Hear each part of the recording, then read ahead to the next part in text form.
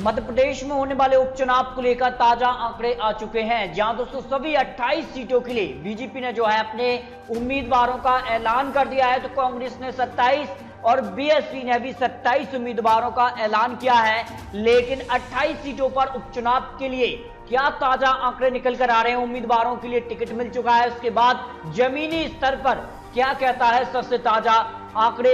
इस वक्त अगर बात करें तो कांग्रेस को इन 28 सीटों में से 28 सीटें चाहिए, तब वो सरकार में वापसी कर सकते हैं। लेकिन अन्य का समर्थन, जो यहां पर 7 निर्दलीय विधायक हैं, उनका अगर समर्थन उनको मिलता है तो फिर कांग्रेस को 21 सीटें और चाहिए इस उपचुनाव में वापसी के लिए। कितनी सीटें इस वक्त उनके खाते में दिखाई दे रही हैं, वो भी आंकड़े आपको दिखाएंगे। बीजेपी को अपने दम पर 9 सीटें, लेकिन 5 जो समर्थन उनको मिला हुआ है, अगर उनको कम कर लिया जाए तो बीजेपी को इस उपचुनाव में सिर्फ और सिर्फ 4 सीट और चाहिए। बीजेपी आसानी से 116 का आंकड़ा पार कर लेगी। लेकिन क्या कहते हैं सबसे ताजा आंकड़े? इस वक्त क्या कुछ आंकड़े दिखाई दे रहे हैं? बीजेपी ने साफ कर दिया है, जो 28 उम्मीदवारों के लिए लिस्ट जारी की है, 25 ऐसे विधायकों को टिकट दिया है जो कांग्रेस निकलकर बीजेपी में आए हैं। और कर्नाटक की तर्ज पर बड़ा खेल यहां पर बीजेपी खेल रही है। जहां दोस्तों कर्नाटक के आंकड़े की बात करें, 15 में से 13 को बीजेपी ने टिकट दिया, तो 13 में से 11 ऐसे उम्मीदवार जीते थे जो कांग्रेस और जेडीएस से निकल कर आए थे, और बीजेपी में उन्हें टिकट मिला और उन्होंने जीत दर्ज की थी। एक बड़ी जीत यहां पर मिली थी और इसी आधार पर जो है बीजेपी मध्य प्रदेश उपचुनाव में इन्हीं उम्मीदवारों को यहां पर टिकट दिया है। लेकिन 3 बड़े सर्वे और सट्टा बाजार के आंकड़े और कई बड़े एक्सपर्ट के आधार पर 28 सीटों के लिए जो सबसे बड़ा सर्वे निकल कर आ रहा है, उसमें आपको क्या कुछ जानकारी यहां पर मिलेगी? बता दें, कांग्रेस ने एक नाम पर अब तक सहमति नहीं बनाई है, बाकी सभी जो है 27 सीटों पर अपने उम्मीदवारों का ऐलान कर दिया है। तो मायावती जी ने भी अपनी 3 लिस्ट जारी की हैं। तो पहली लिस्ट के लिए उन्होंने 8 उम्मीदवार, दूसरी लिस्ट में 10 और तीसरी लिस्ट में उन्होंने 9 उम्मीदवारों का ऐलान कर दिया है। ऐसे में कुल मिलाकर 27 सीट अब तक मध्य प्रदेश उपचुनाव के लिए बीएसपी ने भी जारी कर दी है।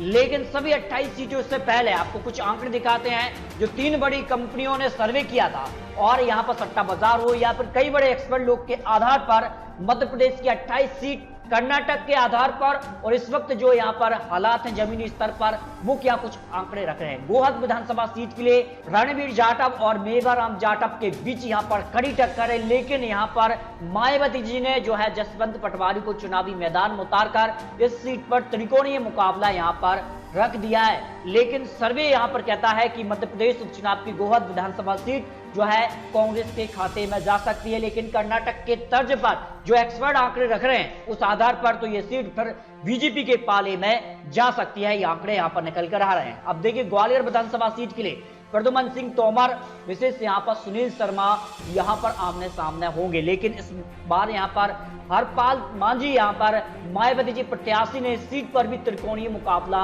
रख दिया है। लेकिन आंकड़े कहते हैं इस वक्त जो आंकड़े हैं जमीनी स्तर पर और कई बड़े एक्सपर्ट लोग के आधार पर कि यह सीट कांग्रेस के खाते में आसानी से जाती नजर आ रही है। यहां पर जो सर्वे निकल कर आ रहा है, अब देखिए डबरा विधानसभा सीट के लिए जो है कर्नाटक के आधार पर तो ये बीजेपी के खाते में आसानी से सीट जा रही है। इसके अलावा जमीनी स्तर पर और कांग्रेस ने जो सर्वे कराए थे उस पर भी डबरा विधानसभा सीट इमरती देवी जी जो है आसानी से जीती नजर आई है, क्योंकि सुरेश राजे को वो पहले भी यहां पर शिकस्त दे चुकी हैं। लेकिन इस वक्त जो हालात हैं उन आधार पर, लेकिन डबरा विधानसभा सीट जो है इमरती देवी जीत सकती हैं आंकड़ों के हिसाब से। करेरा विधानसभा सीट पर भी जो है यहां पर काफी कड़ी टक्कर इस वक्त दिखाई दे रही है और मुकाबला त्रिकोणीय मुकाबला बन चुका है, क्योंकि यहां पर जसवंत जाटव और प्रागीलाल जाटव और यहां पर राजेंद्र जाटव यहां पर आमने सामने है और सीट पर त्रिकोणीय मुकाबला इस वक्त दिखाई दे रहा है। किसका पलड़ा भारी होगा, क्योंकि यहां पर दल बदल भी देखने को मिला है। इस कारण से यहां कहना काफी मुश्किल नजर आ रहा है कि किसकी होने वाली जीत, किसकी होगी यहां पर हार। लेकिन पलड़ा यहां पर कह सकते हैं थोड़ा सा कांग्रेस का भारी है।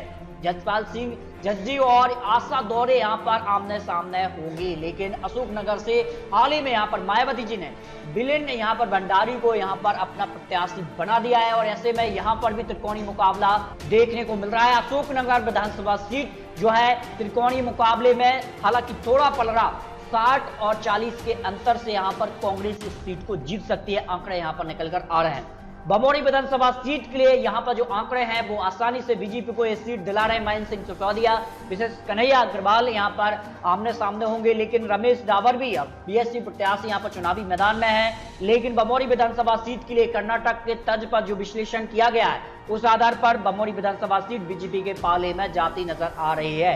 रक्षा सोनौनिया और फूल सिंह बर्रैया बांडेर विधानसभा सीट भी अब हॉट सीटों में शामिल हो चुकी है और महेंद्र बौद्ध पूर्व मंत्री यहां पर कह सकते हैं चुनावी मैदान में मायावती जिस तरफ से उतर चुके हैं, तो यहां पर त्रिकोणीय मुकाबला देखने को मिल रहा है। यहां पर जो आंकड़े निकलकर सामने आ रहे हैं 3 बड़े सर्वे के आधार पर, तो ये सीट यहां पर कांग्रेस के खाते में जा रही है, लेकिन इस वक्त जो हालात हैं उन हालात के आधार पर यहां पर त्रिकोणीय मुकाबला देखने को मिलने वाला है। आंकड़े यहां पर निकलकर जो सामने आ रहे हैं। अब देखिए सांवेर विधानसभा सीट के लिए क्या कुछ आंकड़े, यहाँ पर काफी बड़ी हॉट सीट इस वक्त दिखाई दे रही है और दल बदल यहाँ पर देखने को मिल रहा है। इसका फायदा मायावती जी उठा सकती हैं क्या? विक्रम सिंह गहलोत को यहाँ पर इन्होंने अपना प्रत्याशी माना है, लेकिन यहाँ पर बता दें कि कांग्रेस का इस वक्त पलड़ा भारी नजर आ रहा है। लेकिन आंकड़े कहते हैं, पिछले जो आंकड़े हैं कर्नाटक की तर्ज पर यह सीट पर बीजेपी के पाले में जा सकती है, लेकिन इस वक्त जो जमीनी स्तर पर आंकड़े हैं वो कांग्रेस को सीट यहाँ पर जिता रहे हैं। अब आगर विधानसभा सीट के आंकड़ों की बात करें तो यहाँ पर मनोज ऊंटवाल को बीजेपी ने अपना प्रत्याशी मान लिया है और यहाँ पर बीजेपी आसानी से इस सीट पर जीतती नजर आ रही, क्योंकि बीजेपी एमएलए निधन के कारण ये सीट खाली हुई है और यहाँ पर बीजेपी का जो वोट शेयर है वो काफी मजबूत स्थिति में है। इस कारण से बीजेपी आसानी से इस सीट पर जीतती नजर आ रही है। अनूपपुर विधानसभा सीट के लिए क्या कुछ आंकड़े हैं, देखिए यहाँ पर विशाल सिंह और विश्वनाथ सिंह कांग्रेस प्रत्याशी आमने सामने हैं और टक्कर इनमें होने वाली, लेकिन सुशील सिंह को अब मायावती जी ने अपना प्रत्याशी यहाँ पर घोषित कर दिया है, तो ऐसे में यहाँ पर भी त्रिकोणीय मुकाबला देखने को मिल सकता है। लेकिन अनूपपुर के लिए यहाँ पर कांग्रेस का पलड़ा इस वक्त भारी नजर आ रहा है आंकड़ों के हिसाब से। हाटपिपलिया विधानसभा सीट के लिए क्या कुछ आंकड़े इस वक्त दिखाई दे रहे हैं, 3 बड़े सर्वे और कई बड़े एक्सपर्ट लोग के आधार पर यहाँ पर हाटपिपलिया सीट बीजेपी के पाले में जा सकती है। आंकड़े कहते हैं कर्नाटक की तर्ज पर अगर इलेक्शन हो गए और जिस प्रकार का बहुमत बीजेपी को कर्नाटक के चुनाव में मिला था उस आधार पर बीजेपी हाटपिपलिया सीट आसानी से जीत लेगी, ये सर्वे के आंकड़े हैं। सांची विधानसभा सीट के लिए भी अब यहाँ पर मायावती जी ने इंजीनियर पूरन सिंह अहरवाल को अपना प्रत्याशी बनाया है, तो मदन लाल चौधरी यहाँ पर कांग्रेस प्रत्याशी, तो प्रभुराम चौधरी बीजेपी प्रत्याशी यहाँ पर चुनावी मैदान में। लेकिन सांची विधानसभा सीट भी अब काफी कड़ी टक्कर है, लेकिन इस सीट पर जो है बीजेपी और कांग्रेस में कड़ी टक्कर इस वक्त दिखाई दे रही है। लेकिन आपको बता रहे हैं जमीनी स्तर पर तो कांग्रेस का यहाँ पर पलड़ा भारी नजर आ रहा है, लेकिन कई बड़े एक्सपर्ट लोग और यहाँ पर कर्नाटक के जो विश्लेषण करता है उन्होंने इस सीट पर बीजेपी को जीत दिलाई है। इसके अलावा अगर बात करें बदनावर विधानसभा सीट के लिए क्या कुछ आंकड़े हैं, और यहाँ पर अगर बात करें तो मायावती जी ने अपने प्रत्याशी भी यहाँ पर ओम प्रकाश मालवीय को यहाँ पर चुनावी मैदान में उतारा है, तो कांग्रेस ने यहाँ पर सीट पर बदलाव किया है। कमल पटेल को अब यहाँ पर चुनावी मैदान में उतारा है। अभिषेक सिंह टिंकू गन्ना को पहले चुनावी मैदान में लेकिन रिप्लेस कर दिया है, तो राजवर्धन सिंह दंतीगांव बीजेपी प्रत्याशी यहां से आसानी से जीतती नजर आ रही है, क्योंकि इस प्रकार का जो माहौल बना था उसके बाद बीजेपी का पलड़ा इस सीट पर भारी नजर आ रहा है आंकड़ों के हिसाब से। सुर्खी विधानसभा सीट भी हॉट सीटों में शामिल हो चुकी, क्योंकि गोविंद सिंह राजपूत जो है वो कांग्रेस से बीजेपी में आ चुके हैं, तो यहाँ पर पारुल साहू यहाँ पर बीजेपी से कांग्रेस में जा चुकी हैं, तो इसके कारण जो है जनता कहीं ना कहीं तीसरा विकल्प चुनने की तलाश में है। लेकिन फिर भी यहाँ पर बीजेपी और कांग्रेस में ही यहाँ पर काफी कड़ी टक्कर देखने को मिल रही है और यहाँ पर 60 और 40 के अंतर से किसी के भी पाले में सीट जाती नजर आ रही है। लेकिन आंकड़े कहते कांग्रेस के पाले में, लेकिन जो कर्नाटक के आंकड़े हैं वो यहाँ पर बीजेपी को ये सीट दिला रहे हैं।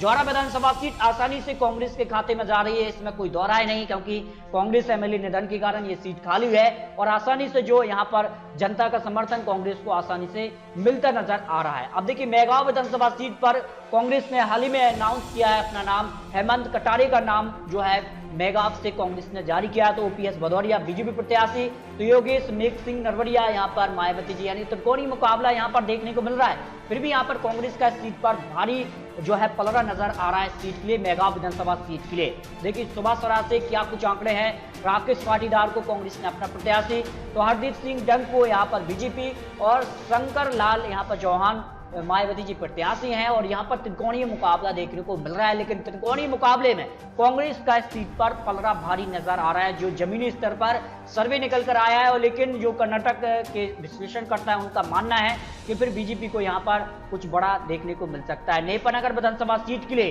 रामकिशन पटेल कांग्रेस प्रत्याशी और नेपानगर से बल सिंह यहाँ पर पटेल को हाल ही में मायावती जी ने अपना प्रत्याशी माना है। और सुमित्रा काष्टीकर बीजेपी प्रत्याशी हैं और यहां पर आसानी से कांग्रेस का पलड़ा इस सीट पर भारी नजर आ रहा है, जो उन्हें जनादेश 2018 में मिला था।